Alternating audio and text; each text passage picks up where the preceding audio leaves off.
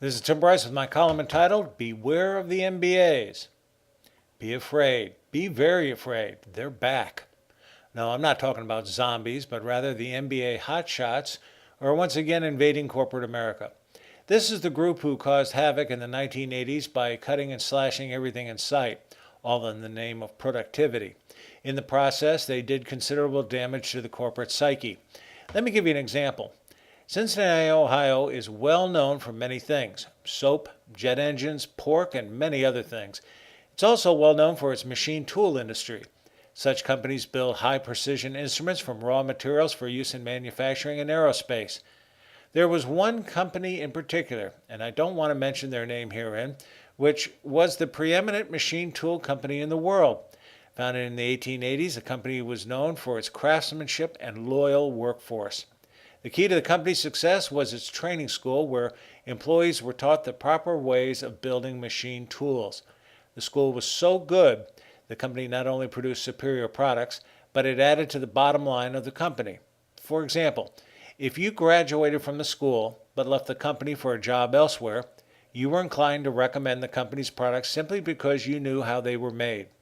This all changed in the 1980s when the company hired a team of MBA consultants to study the business and recommend changes. One of the team's first suggestions was to close the school, as they perceived it as a waste of money. This created an uproar within the ranks of the employees as they understood the impact of the school. Nonetheless, management sided with the MBA consultants and closed the school. Not long afterwards, the company began to suffer from absenteeism and tardiness, something they had never experienced before. Morale declined, as did corporate loyalty, and employees started to bail out to work for other competitors. Quality defects began to emerge, something unimaginable in the earlier days, all of which resulted in customer complaints.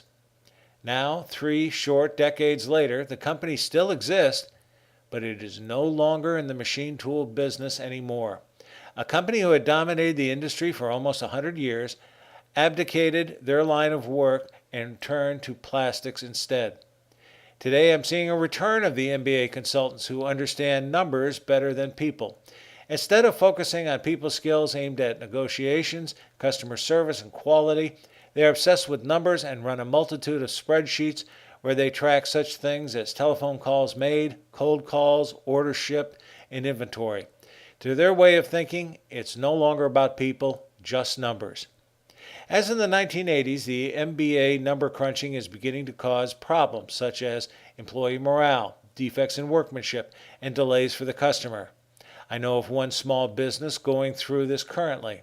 The young MBAs running it are only interested in numbers, not in service, quality, building relationships, or delivery. The result? The company went from averaging monthly net profits of $30,000 to $1,000.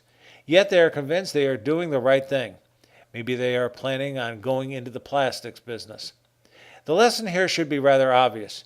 You do not run a business exclusively by numbers.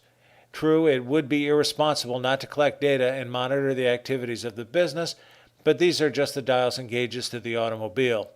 The human being still drives the machine. When you lose sight of the human factor, you've lost everything.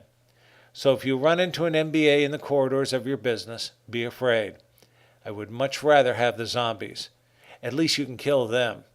The young MBAs just keep slashing everything in their path. Friends, keep the faith. This is Tim Bryce in Palm Harbor, Florida. Follow me on the internet at timbryce.com.